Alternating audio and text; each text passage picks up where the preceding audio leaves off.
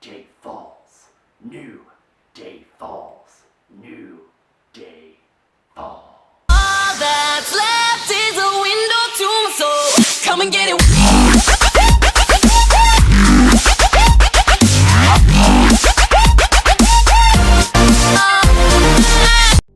Hey guys, TheJaseDawg here, and welcome back to another This Week in WWE with TheJaseDawg. That's right, now we're up to episode 22, so we're getting there guys, it's going good.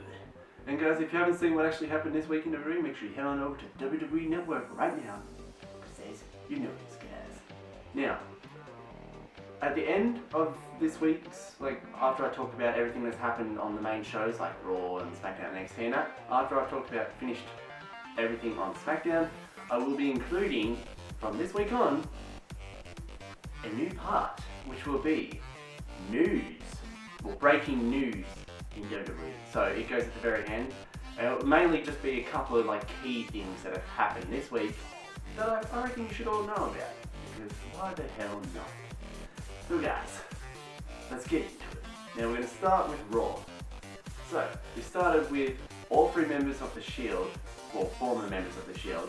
We're all in the ring. They're kind of talking about, so Dean showed up in a cab and he's out there and he's talking about, how he won the gold and that was awesome and shit. And then Seth comes out saying, Roman comes out saying that, he wants his rematch. And then Seth comes out saying, no, you're not getting it. I beat you. You're to the end of the line, bitch. So they were talking about that type of shit and then they were trying to figure it out. And then Shane and Matt comes out and he says, well, we're going to have the match tonight to find a number one contender. Well, they're both going to get their rematches regardless, but who will get theirs first? So, in the main event of Raw, we will have Roman Reigns versus Seth Rollins. The winner faces Dean at Battleground, and which is the next pay-per-view, and that's 5 weeks away. So it's a fair amount of time. And then he also included, because before Battleground there will be a draft. I think it's a week or so before Battleground, or maybe just after Battleground, either just before or just after, there will be the draft, which, SmackDown will have its own separate roster and Raw will have its own separate roster, and they will be getting separate pay-per-views as well. There will be some pay-per-views combined, like SummerSlam and, Hell in a Cell maybe. I know Survivor Series and Royal Rumble, WrestleMania, they're all going to be every brand can go for Raw and SmackDown, people go against each other and shit like that. And they have their matches and shit on that. But I guess you could say they'll have their own ones. I hear No Mercy's coming back, and yeah, there's a lot of other ones coming back, which should be good. So pretty much we got a main event name for Raw. Next thing that happened was Owens versus Sami Zayn. Zayn was hoping that this match would be the end of their rivalry and he can move on to better things, and Owens could give up and move on to do his own thing. But it was alright of a match. It was actually pretty intense. Both men, had the effects, to them. I think it was Owens came out limping from the Money in the Bank match that they had. So they went to war in the ring. I think Owens went for a pop-up powerbomb and it kind of backfired on him because Zayn got a huge reversal roll-up type of move and got the win. And that's the first time, I'm pretty sure it's the first time that Zayn has ever beaten Owens on WWE's main event, the main roster. So yeah, that was good for him. And then of course, when he was up on the ramp, happy, he got kicked in the head by Owens, and Owens and him started beating the shit out of each other. Owens decided, I'm going to powerbomb you off the fucking side of the ramp. But nope, Zayn got out of it, and so many refs had to break him up, and then the fight even went backstage.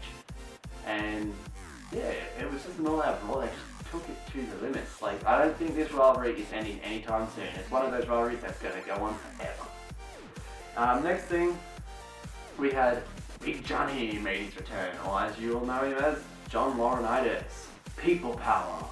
So he made his return, he came out and he was declaring he wanted to throw his name in the hat to take over SmackDown and be the GM of SmackDown. And now Shane, he's like, come here.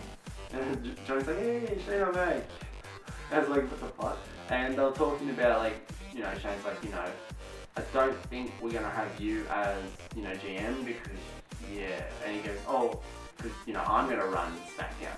And Johnny's like, oh, okay, you know, and he runs over to the other podium, because there's a podium on each side of the ramp, one SmackDown, one Raw, runs over to the Raw one, well, you can have SmackDown, and I'll run Raw, and it's like, no, Johnny, and then, you know, they walked off. It's like, but Johnny, what are you doing, boy? Then we had Enzo and Cass versus the Boy Villains. Enzo and Cass got a mad win over them, much needed, which was good. They finally named that finishing move where Enzo does like a frog splash and Cass kind of brings him down. It's called the something about the butter being. I'll remember it later, guys. If not, I'll remember it for the next episode. I did know what it was called, but I'm having a mind blank at the moment. Next one, we had AJ come out and he's addressing the fact of the club interfering in the match and costing Cena the win at Money in the Bank. He said he was sorry, you know, he had no idea about it, and he got the club to come out and apologise. They both apologised to him, and then they got Cena to come out. Cena came out. They apologised to Cena. Cena was like, you know, you got no balls and you got no word and all that shit. And AJ's like, you know, well, you know, why don't you come down here and choose whoever you want out of the club to fight? So he's like, yeah, you know, it's John Cena versus AJ Styles. And Styles said, no. Besides me, you didn't let me finish. That's what you kept interrupting Cena. And pretty much they said, you know, Carl Anderson will fight you and we won't get involved. So that match pretty much started. It was Anderson versus Cena. Anderson was going okay. Cena was putting some big moves on him, taking him to town. Anderson was actually, you know, he was fighting back a bit. And then it came to the end where he hit the AA. And as he hit the AA, Styles and Gallows ran down, slid in, hit Cena, DQ. So Cena won by DQ, and then they laid him out with a magic killer, and the stars clash. So Cena sucks. Well, it was good to see John Cena getting laid out and AJ and that standing tall. Then we had Charlotte had to defend her women's championship against Paige because Paige has beaten her 2 times now. And, you know, of course, Money in the Bank. Before Money in the Bank, she lost to Paige because of Dana, which was apparently Dana's accident. But it was pretty, you know, funny. So Paige came out and she was giving it to her. She was almost getting the win. And then I think Charlotte kind of, Paige got distracted, I'm pretty sure. And then she got, you know, pinned.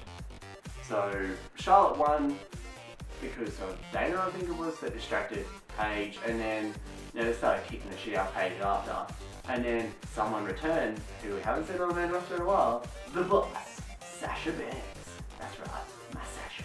She returned. She ran down there.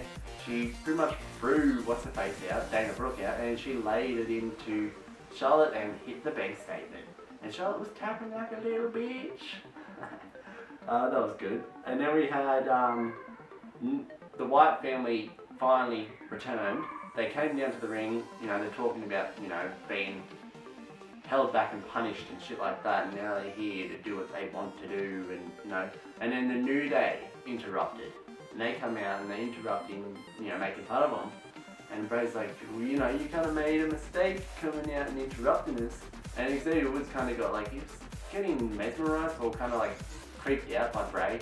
And, you know, when they say, you know, the 2-time world famous WWE tag team champions, Woods was meant to say that, but he got distracted, so they had to redo that.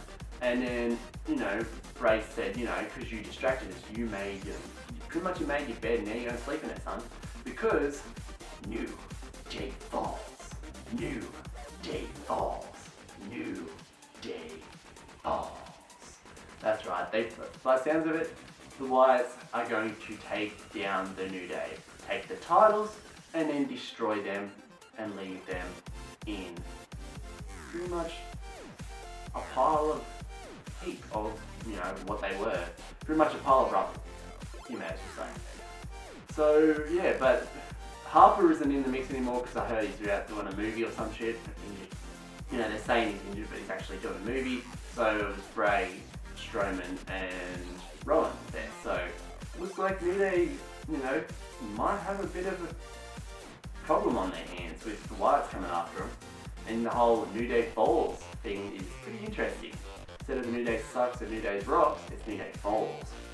Then we had In the main event, we had Rollins versus Reigns. Ambrose was there at ringside. Now this match was pretty much a rematch of what happened at Money in the Bank. It was intense, there was some mad moves, and towards the end it ended up coming down to they both laid each other out over the announce table.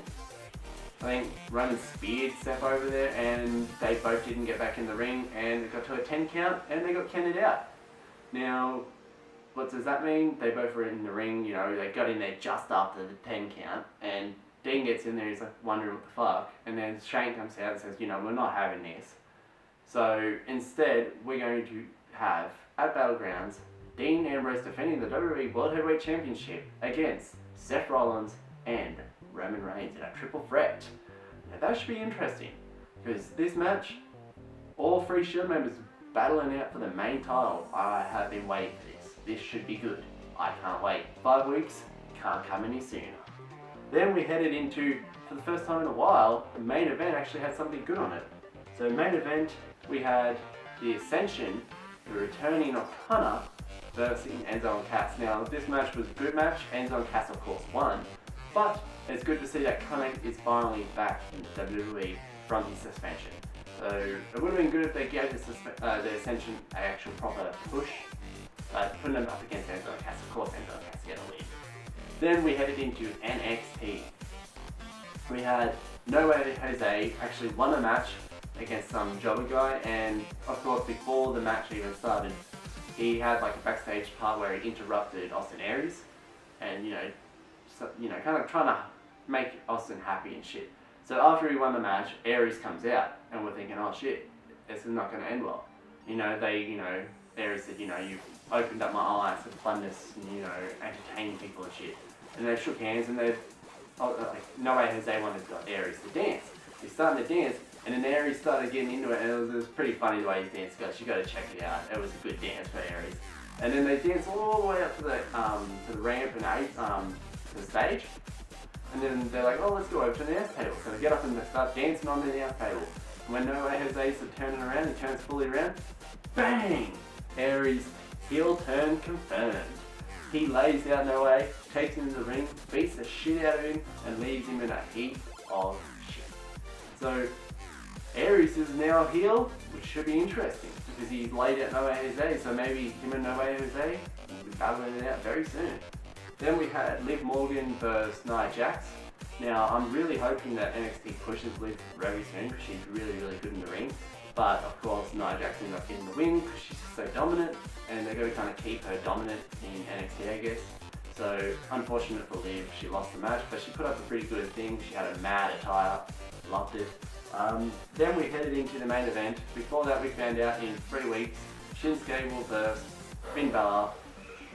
I don't think it's an actual TakeOver event, I think it's just on NXT, so that should be interesting. But the main event of NXT, it was Shinsuke Nakamura versus Blake. No, not Blake. It was Buddy Murphy. So Murphy and Nakamura, that was a pretty good match. Of course, we knew who was going to win. Nakamura carved him up. Kinshasa, boom! Laid him out 1, 2, 3. King of Strong Style gets another one. Yeah. So, then we headed into SmackDown. So on SmackDown, we had Seth out in the ring talking. He opened an open challenge. Sami Zayn came out to take it. Seth's like, well, this is perfect opportunity to make an example of you. Then Dean comes out, and he totally takes over that whole thing and makes it into the Ambrose Asylum. And then Seth's like, no, fuck this, and walks off. So, main event of SmackDown was, of course, a set for Zayn and Rollins. Then we had Cesaro versus Del Rio. The reason why this one's in here because Cesaro did a mad reversal. Del Rio was going to go for his cross arm breaker. Cesaro reversed it and reversed it into the neutralizer. Got the pin. 1, 2, 3. Great work from Cesaro. That was a great win. Then we had a rematch from Money in the Bank. It was Sheamus versus Apollo Crews. This match was pretty good. Only reason why it's in my This Week in WWE right now is because of the ending, which it ended with Sheamus hitting a brogue kick into the back of Apollo's face/head, and he went face first into a standard up steps. Bang, laid him out, and then when he was laid down, the steps fell on top of him and laid him out. Sheamus got into the ring and got won by count out, but far out. Bro kicked into steps. That was hurtful. So then we had the next one. AJ Styles had a match against Jimmy Uso as the Usos called him out. Pretty much AJ had the match won. Club came out, laid out Jay outside. Jimmy jumps over, lays out them. Then AJ pretty much lays out, I think he laid out Jimmy and Jay, threw him in the ring, hit him with a phenomenal forearm. 1, 2, 3. AJ gets the win, and pretty much Roman's cousins tried to get the upper hand over the club, but still, yet again, failed. Then we headed into Becky Lynch versus Dana Brooke. This match was pretty good, but because of a distraction from Charlotte, Becky lost the match, so Dana got the win. She's now 3-1 over Becky now. And poor Becky, everyone's turning on her because I think at Money in the Bank I forgot to mention that Natalya attacked her after the match. And so now she's had Sasha turned on her at NXT, Charlotte and Paige and now Natalya have all turned on her as well on the main roster. So she's been turned on a lot, and then they started beating the shit out of her after the match, Charlotte and Dana did. And then, what was it? Sasha came out and pretty much laid it, she scared off Charlotte, and then Dana got in and tried to get her. And she pretty much looked in the bank statement on Dana Brooke, and Dana was tapping and Charlotte was pissing herself. She's shit scared of Sasha Banks, and she should be, because the boss will be champ very soon. And then we had the main event. It was Zayn versus Seth. It was a pretty high octane match. It was intense. I loved it. It was a pretty good one. Zayn was hitting some mad high flying moves. Seth was hitting really good moves as well.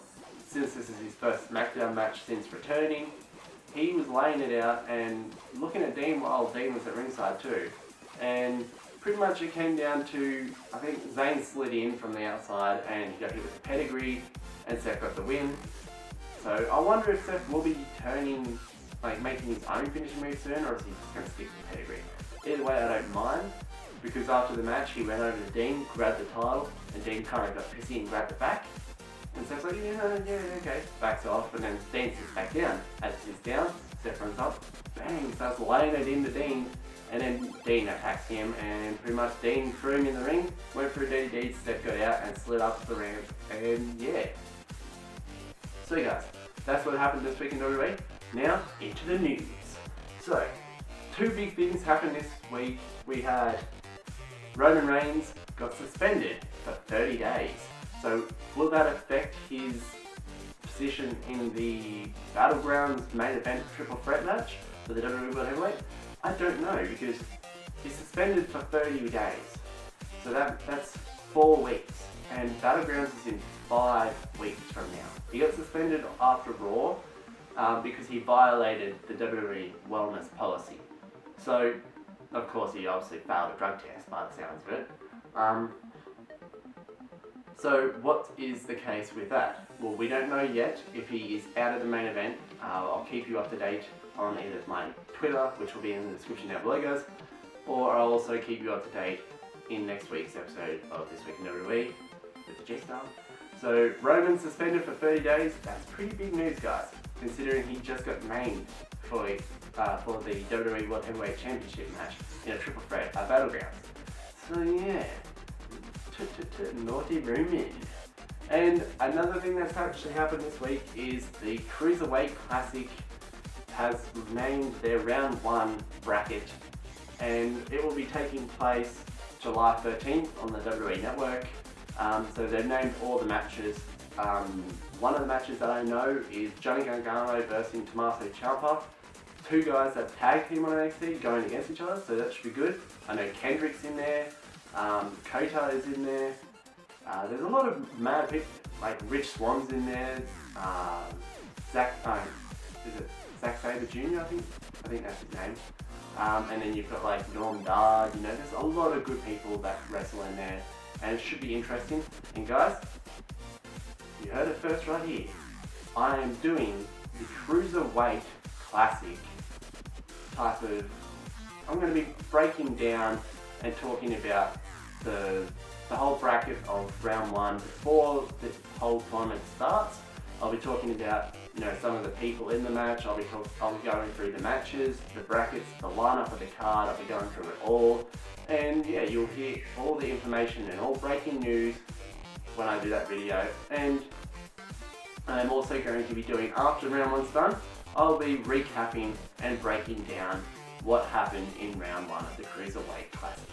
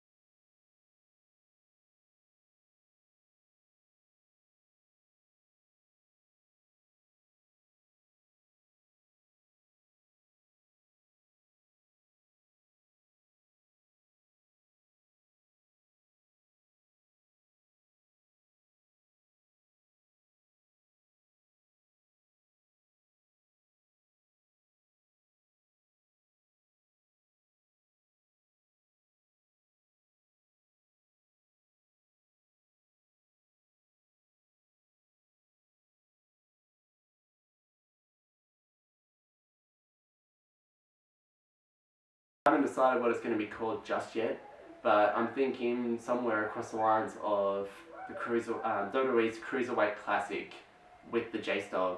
Probably something around the lines of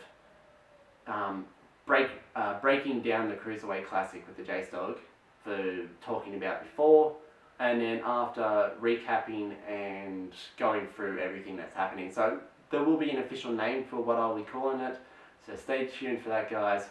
I'll probably do it way before the thing starts, so it can, you can know who's in who's having matches, who's in there, and then of course, after the round one's done, I'll be talking about injuries, if there's any injuries, who made it through round one, highlights of the matches, just recapping the whole thing and breaking it down for you all.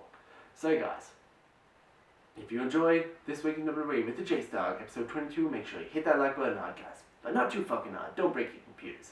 And while you're here, hit the subscribe button to join the Dog Squad. And spread the word of the TheJaseDawg to everybody you know.